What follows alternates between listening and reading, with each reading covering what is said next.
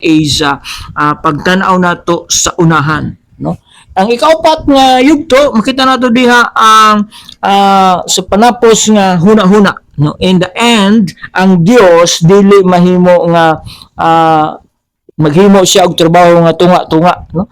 Ma-relate nato na sa atong mga panahon karon nga ang Dios dili siya kana bitang dautan nga kontraktor mga kaigsunan nga maghimo project o nya ghost project, no? Katunga lang humanon, no? Dili 100% gihuman sa Dios ang iyang promise nga luwason kita. Iyang gipadala iyang bugtong nga anak, gi-allow niya ang mga challenges, no? Nga mo grow ta, bunalan ta sa Dios aron mo makarealize ta sa atong mga sala because he finished the work mga kaigsunan. Siya mao ang alpha ug ang omega mga kaigsunan sa atong pagkabalaan. He is the beginning. Siya ang nag-start. Siya ang nagpadala sa iyang bugtong anak. Siya ang naghatag og invitation.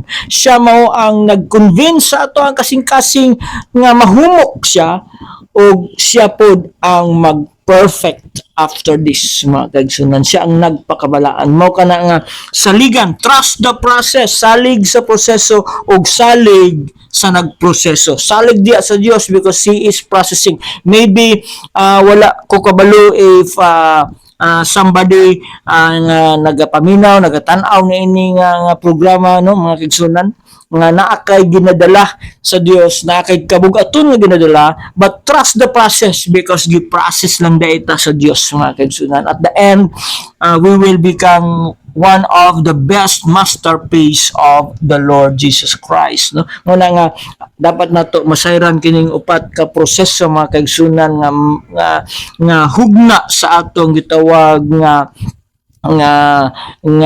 gitawag nato nga sanctification, no? Mo kana siya ang una, no?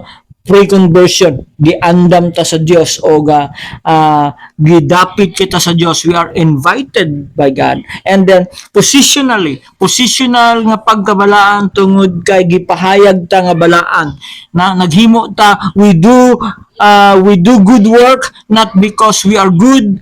We do good works, we become holy not because to gain the favor of God, but because tungod kay gihugma na ta sa Dios. And we do practical, we are progressively growing, nagausab ta, we transform. No, this we call transformation because God is changing us, gina-process ta, ginagamit ang mga circumstances mga kaigsunan. And also, we are perfected in the return sa pagbalik ni Ginoong Kristo unya, for we will be forever with the Lord mga kaigsunan, no?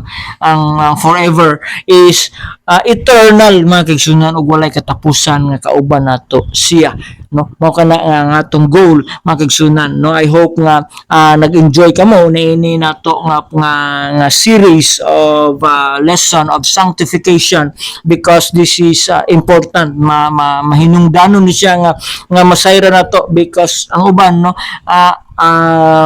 misunderstood nila ang sanctification, and kini ingon balaan sa kasulatan nga kini ang sanctification ug ang kaluwasan mga kaigsunan, ang pagkabalaan nato kini trabaho sa Dios gikan sa sinugdanan hangtod sa katapusan. Daghang salamat.